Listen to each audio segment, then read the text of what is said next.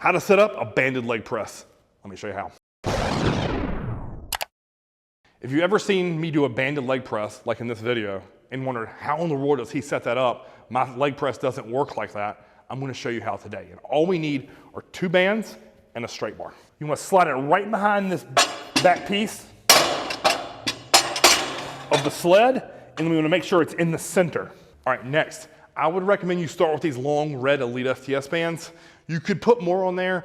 I like starting with these. If I haven't done banded leg press in a while, I'll start with the red, progress to the green, and then eventually the orange. But I'm gonna recommend starting with this long red. So what I wanna do is I wanna double over the weight horn here. So if you just look, fold it in half. And then what I wanna think about is a perfect line of force. So if you look, when I bring it down, I want this gonna be like right inside the collar. So you can see how it's gonna be in a straight line of force. Now, all we have to do is take these and loop it around the end of the bar and put it right to the edge of the collar. Perfect. Now, what you'll find is the other end of this bar is gonna shoot backwards. That's perfectly fine. Just let it wedge in there, not a big deal. And we're gonna go over the other side and do the exact same thing. So now, take the hoop, the open hoop here, put it around the inside of the collar, just like that. And then all we're gonna do is just drag it forward. All right, now that we're all set up, I'm gonna show you what some reps look like. So many years ago, John taught me this in program 4. Now, sadly, that program is no longer in existence, and we never even sold it. It was something I test rode for him, where he had me do 6 weeks of straight band work on the leg press. And each week, we either progressed up in weight or progressed up in band tension. What I found is the amount of explosiveness it helped me acquire was next level. Also, I really enjoyed it because it was super hard, right? So what you want to think about, as your knees get towards your chest, where you get weaker, it's going to deload. The weight is not going to be nearly as much. And then as I'm pressing up, where in a leg press, after I get about halfway, it begins to get easier, right? Well, that's when these bands really pick up and force you to work to full extension. It has no drop off in exercise execution. It's also called flattening of the strength curve, right?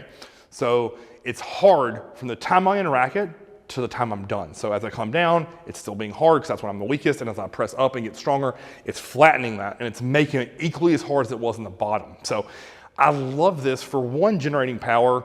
It forces you to really control the negative. If you let this dive bomb, you're gonna eat your knees, and it's awful. So you really have to control the negative on these, especially when you get some weights on here or when you get up to the green or especially the orange bands of doing this. And it will take significantly less load. In that video that Chad shared early, I only had 5 plates and doubled over red bands. And that was a hard set of 12. But if you notice, with my form, I'm coming down controlled, really owning that negative, feeling the tension pile up on me, and then I'm trying to rip it through the top. So I really want to think about exploding out of that hole, making every muscle in my quad, hamstring, and glute fire in order to produce force. Because we all know the more force we produce, the more muscle we're activating, the more we're growing it. So I love this exercise because it's challenging. It is not easy. Now let's talk about sets and reps.